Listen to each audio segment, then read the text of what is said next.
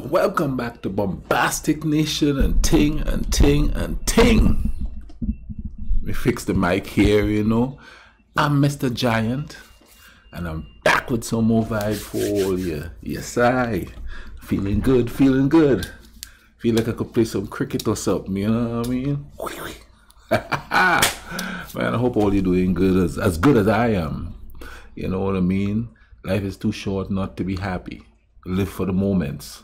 You understand? Because the moment you live now is what will, how should I say it? Create the future? Will make the future better? I don't know, you know what I mean? Just enjoy life, man, you know?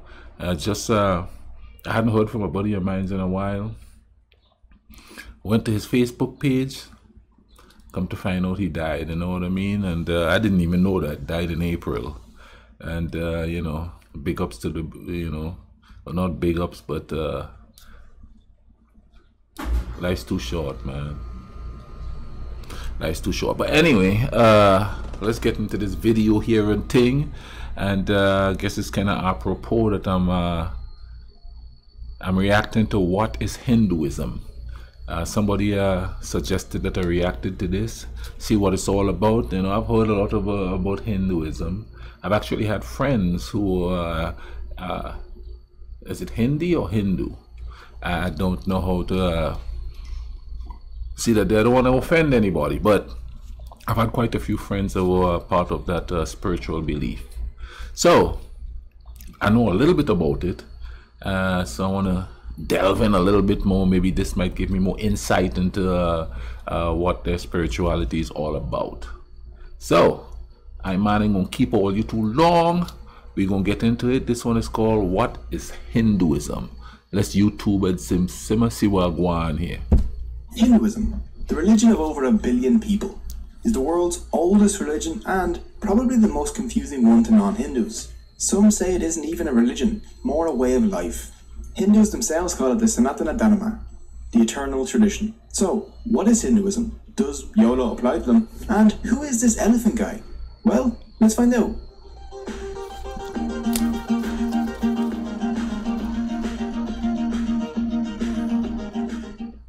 Hinduism is the world's oldest active religion. It's the result of the merging of the ancient Indus Valley civilization and the nomads that came into India around 1500 BC. Some scholars say it could even go back many more thousands of years. But we won't delve too deep into dates, because dates in Hinduism are very, very controversial. But one thing is certain, Hinduism is old, like at least 36 Betty Whites. Hinduism has been around for so long that it and the concept of India itself are inseparable. Hindu and India even come from the same word. Sanskrit was the ancient language of the Hindus, and the Sanskrit name for the Indus River is Sindhu. The ancient Persians who sat across the Indus tended to switch their S's to H's, so Sindhu became Hindu. So the people living across the river became Hindus. The Persians told the Greeks, who dropped that very not Greek-like H, stuck in a very Greek-like E to the end, and boom. Interesting. Hinduism has a long, long history. But today we'll be focusing on just the core beliefs of Hindus because I don't have the willpower to animate a 3-hour-long video. Hindus are a diverse group. Some are strict, dedicating their lives to prayer, while others don't believe in any gods but still follow Hindu philosophy. To make things easier to understand, let's break Hinduism down into 7 core beliefs. Okay. So, here's my rap about the 7 Hindu beliefs. You promised you weren't gonna do the rap. Come on, you're better than this, man. Fine, here's the regular version then. 1. Belief in one universal soul. Hindus believe in a universal soul known as Brahman, a formless, genderless source of all reality. Brahman is the universe and the material that makes up the universe. It's a trippy concept, but think of Brahman as an ocean and everything else as drops propelling out of that ocean. Separate for a time, but still the same thing, if that makes sense. It makes sense. Belief in an immortal it makes a lot of individual sense. soul. In Hinduism, souls are known as Atman. Actions of the soul while in a body have effects on that soul's next life. When you die, your soul moves to another new body. This is called transmigration. The kind of body the soul inhabits next is determined by karma. 3. Belief in karma. Karma is... So that's... So, I have the soul of somebody in me. That's from the past. Kind of make you think, doesn't it? According to their spirituality there. Kind of makes you think, so who is in me? I'm a peaceful kind of guy. It's kind of like the same concept of, to a certain degree, only it's a singular deity, God within us. But then people might say, well, do you think humans are gods? Because it's a soul of a human that's kind of sort of incarnated in you. This kind of stuff makes you think. Is action, usually good or bad actions that affect society.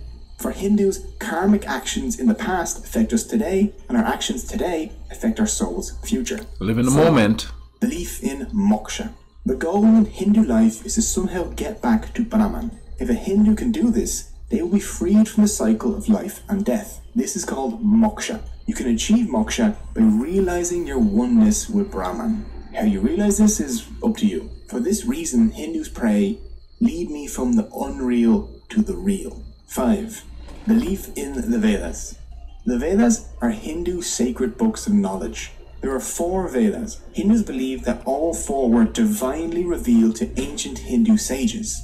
We'll take a closer look at the Vedas in a while. 6. Belief in cyclical time.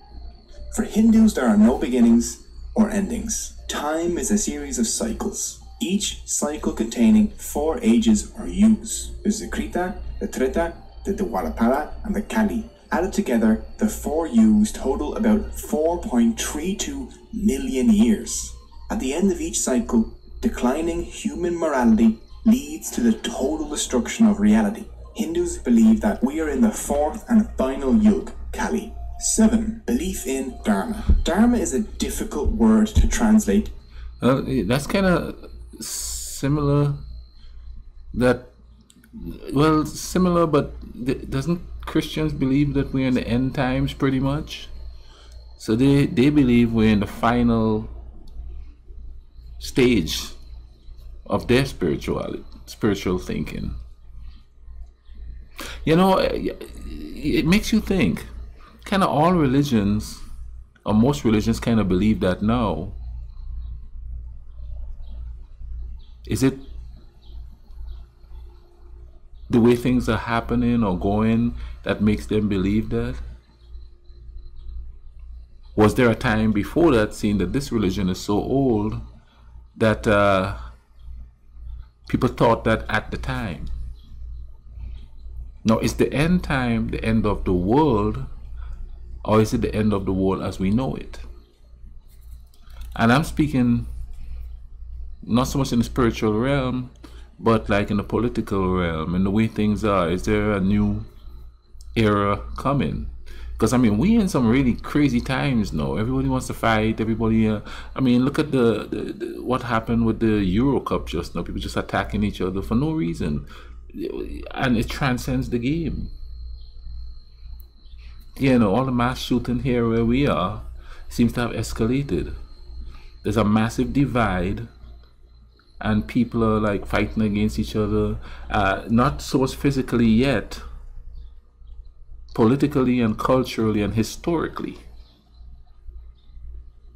And when I say historically, I mean, you know, they're pulling down statues here and pulling down statues there, which is causing people to act up and act crazy. And I don't want to babble too much. I was just talking to a friend of mine's, and he's a peaceful guy, but he's thinking about buying a weapon because he figured things might get kind of crazy. And that's the second time I heard that. I was watching a YouTube news media last night, and they're like sounding the alarm bells because people believe so much things, you know. And most of the things they believe doesn't make any sense to those of us who sit back and logically look at what's going on.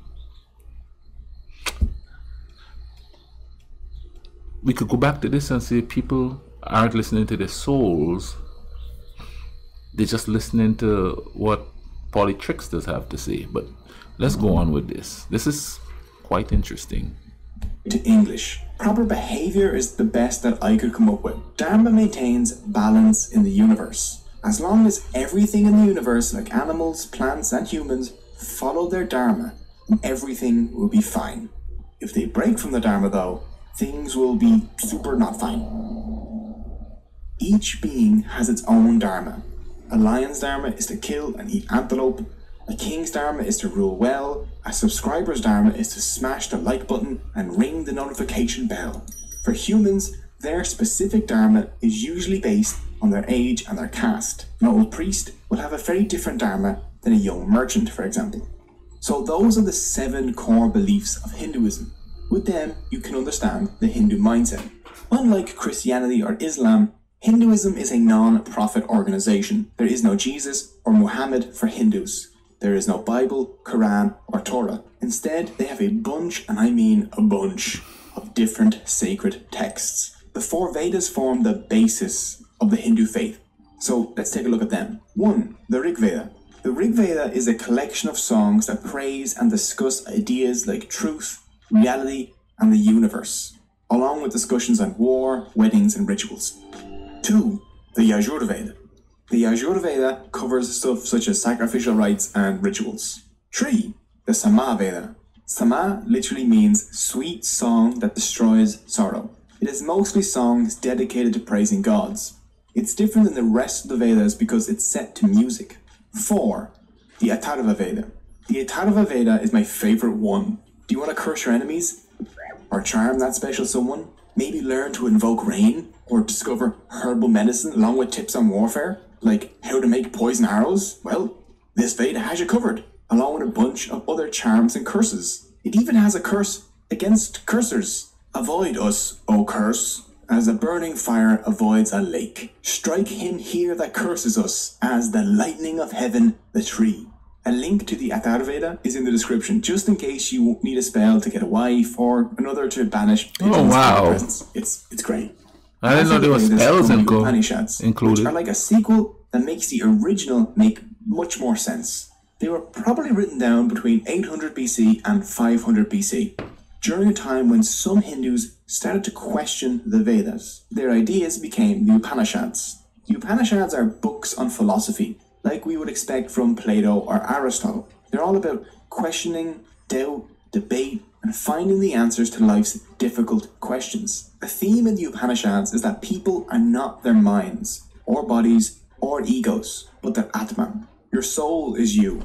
Everything else is unreal and temporary. After the holy texts like the Vedas and the Upanishads are other less divine but still important texts.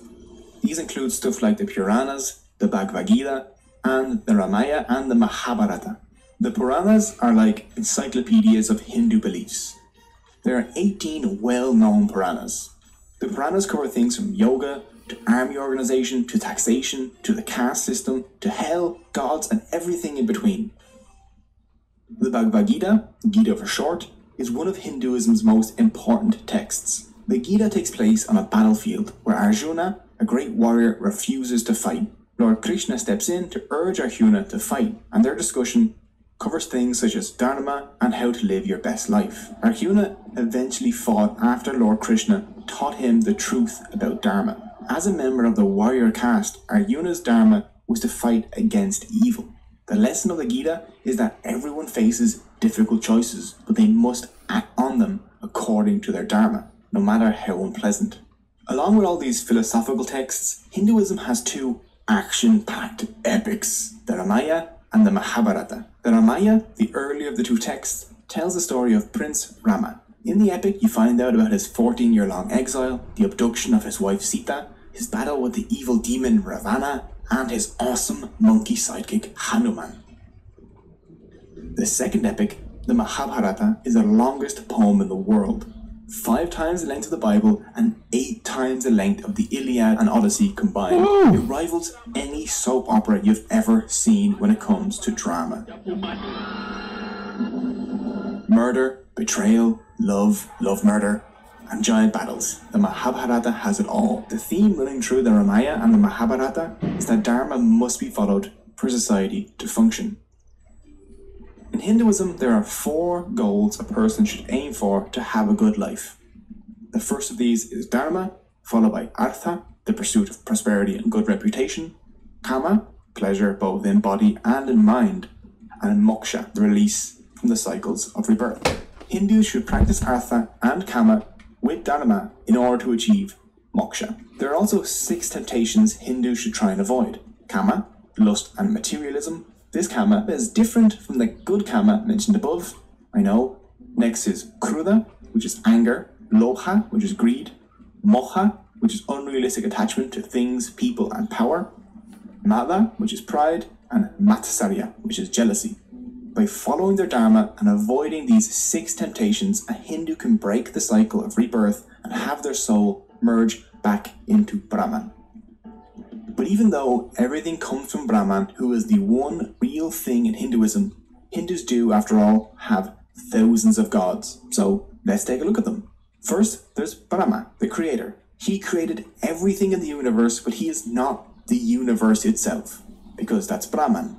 They aren't the same thing. That last letter changes a lot, apparently. He has 4 heads. The heads face each of the 4 directions to represent the 4 Vedas, which he created, and the 4 yugas. He also holds a book, which represents knowledge. Oh, and he rides a giant swan, because he's just fancy. His consort is Saraswati, the goddess of learning. Vishnu, the preserver, is the second member of the Hindu trinity. He preserves the world created by Brahma until it is eventually destroyed by Shiva. He holds a discus, which he uses to cut down anyone that tries to mess with his Dharma, along with a conch, which symbolizes victory and the 5 elements. Vishnu has many, many avatars, such as Krishna or Rama, who he uses to defend Dharma on earth. Oh, and he rides a giant eagle named Garuda. Vishnu has 2 consorts, the goddess Lakshmi and Bhudevi. Bhudevi is the earth goddess and Lakshmi is the goddess of good fortune. It seems like they are meshing natural things with the spirituality. I mean, this guy, this god or divinity, whatever you want to call it, is riding a giant eagle, and the other one was riding another bird or animal or something like that. So it's kind of like they're meshing it together, nature, and maybe that it kind of explains what the 70s. Everybody was looking for that Eastern philosophy or whatever they want to call it.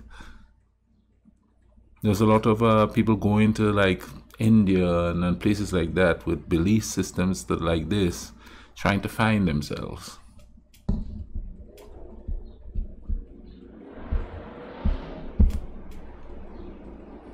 Vishnu has 2 consorts, the goddess Lakshmi and Bhudevi. Bhudevi is the earth goddess and Lakshmi is the goddess of good fortune and wealth. Next is Shiva the Destroyer, the 3rd member of the Hindu trinity. It's his job to destroy the universe in order to prepare for its renewal at the end of each cycle of time. The most identifiable of his features is his 3rd eye, which he almost always keeps closed. If he does open it and you're in front of him, then you will have your face melted off. When not unmaking existence, Shiva enjoys long walks with his bull named Nandi. At the end of the Kali Yuga, the 4th age of the world, Shiva will perform a dance that destroys the universe. Which is odd, because people have told me that my dance moves make them wish the world would end. So me and Shiva have quite a lot in common.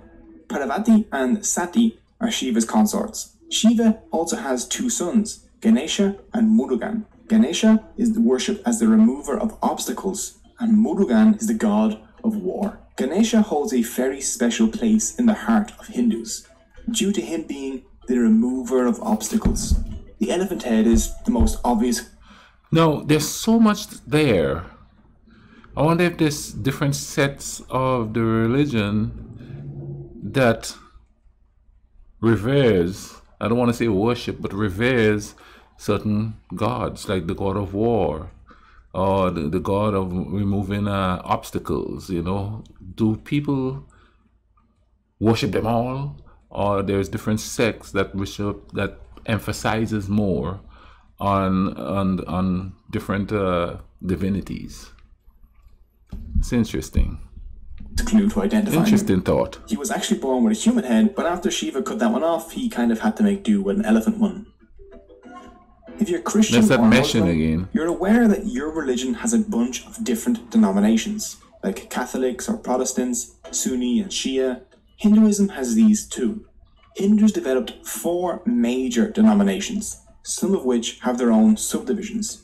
The Vaishnavas primarily worship Vishnu and Well, there we go. That answers the worship question. Shiva and his sons. Smartas follow sacred texts like the Puranas, the Ramayana and the Mahabharata rather than the Vedas. They worship 5 gods and goddesses, Ganesha, Durga, Surya, Shiva, and a preferred avatar of Vishnu. Finally, Shaktas worship the goddess Devi.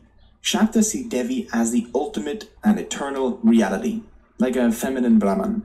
Even though there are all these variations and more, the core beliefs of Hindus remain mostly the same. Hindus believe that Dharma keeps the balance in the universe. If the scales between good and evil start tipping towards evil, then something needs to intervene to fix the universe's Dharma. This divine intervention is known as an avatar. The literal meaning of the word avatar is descent. Avatars are gods that descend to Earth to intervene whenever help is needed to restore Dharma. For example, when the Earth was dragged underneath the ocean, Vishnu descended to Earth as the avatar Varaha, a boar, and dragged the Earth back out. In other cases, Vishnu was born on Earth as a human avatar like Rama or Krishna, where he spent his avatar's life fixing Dharma. So, the caste system. If you only know one thing about Hinduism, this is probably it. People see it as an oppressive system that locks people in place based on their birth. And for a huge part of history, that's what it's been, unfortunately. Let's do a quick explanation of what the caste system is. In Hinduism, there are 4 castes or classes that you can be born into. There's the Brahmin, the priest, the Kshatriyas, the warriors, the Vaishyas, the traders, and the Shudras, the manual laborers. The main basis for the caste system can be found in the Bhagavad Gita and the Rig Veda. Krishna says in the Gita, "I have created a 4-fold system in order to distinguish among one's qualities and functions." The Rig Veda also refers to the 4 castes. It says humans were created from parts of the god Purusha, the Brahmin from his face, the Kshatriya from his arms, the Vaishya his thighs, and the Shudra his feet. This system was supposed to assign people functions based on their abilities, not their birth. If someone had the qualities of a Brahmin or a Vaishya, they could fill those roles. Oh, okay. The Gita didn't restrict movement among castes, and the caste system functioned as intended for a while, until a document known as the Laws of Manu came about around the 5th century BC, popularly referred to as the Manu Smriti. They created hard rules for Hindu life. 2 rules presented in it contributed to the way the caste system turned out. Manu states that the Brahmin were the lords of all castes, and he forbid moving among the castes. The caste you were born into was now the caste you're stuck in. If you give humans a hierarchy, they'd exploit it, and things will go sour pretty quickly. As time passed, Hindus began thinking in terms of upper and lower castes. Soon, cleaning toilets, tanning leather, and dealing with meat products were thought to be impure. The people doing those jobs became untouchables, the lowest of the low, a people without caste. And the rest is history. The modern world has brought many changes though. Now Hindus mix freely while working together in the same businesses, attending the same schools, and generally just living together. But when it comes to marriage, many Hindus still stick to their own caste. But this too is changing, and on Hindu dating websites you can actually see people list a non-preference for caste. It'll say caste no bar. So, those are the basics of Hinduism. It isn't even close to covering everything. One video simply can't do it. Hinduism is too diverse, too deep, and means too many different things to different people. But learning even the basics of this fascinating and ancient religion gives us an insight into the worldview of over 1 billion people. And I hope you enjoyed it. You can find all the sources used in the description below.